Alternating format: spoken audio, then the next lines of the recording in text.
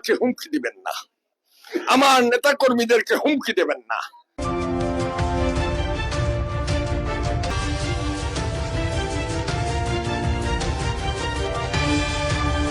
যারা বিপদে আপদে আমার সহযোগিতা ছিল তারাও নাকি আজকে হুমকি ধুমকি দেন আমার নেতা কর্মীদের।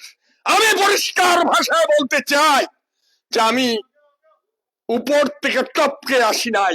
আপনারা তো 5ই অগস্টের আগে গড়তে ছিলেন সবাই, আমরা গড়তে ছিলাম না।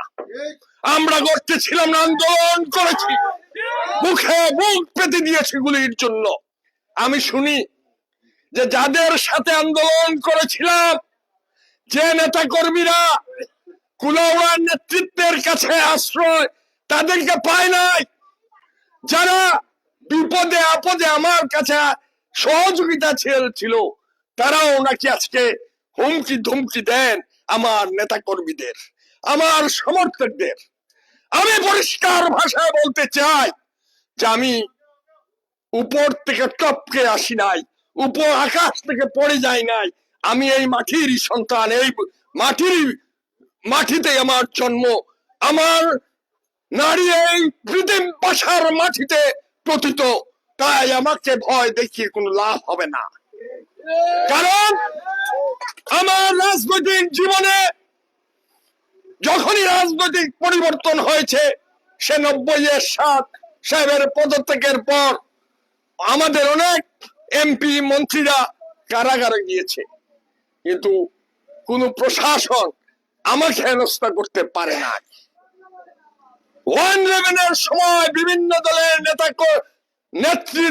নেতা কর্মীদেরকে কারাগারে যেতে হয়েছে, নির্যাতিত হতে হয়েছে, আমার উপরে একটি ফুলের টুনকা পর্যন্ত লাগে নাই। 5ই অগস্টের পরিবর্তনের পর আমার উপর কেউ আঙ্গুল তুলতে পারে নাই।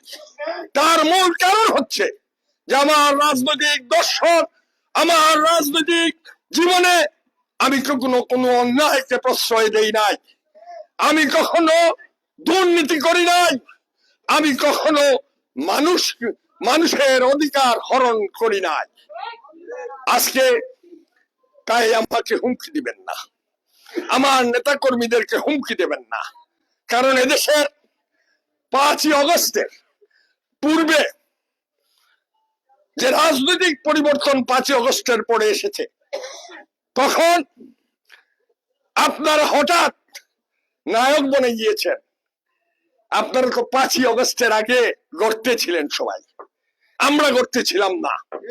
আমরা গড়তে ছিলাম না, আন্দোলন করেছি, মুখে মুখ পেতে দিয়েছি গুলির জন্য। তাই আমরা আপনাদের ভয়ভীতি, ভয়, হুমকি, ভূত এইগুলা ভয় পাই। আমি আপনাদের সন্তান, আমি আপনাদের ঘরের মানুষ, সেই হিসেবে দাবি নিয়ে এসেছি দল মত নির্বিশেষে সকলের কাছে যে আমি আপনাদের ভালোবাসায় পেয়েছি, সহযোগিতা পেয়েছি। আগামী নির্বাচনে আমাকে আমার মার্কায় ভোট দিয়ে একজন প্রতিবেশীকে, একজন ঘরের মানুষকে আপনারা বিজয়ী করবেন।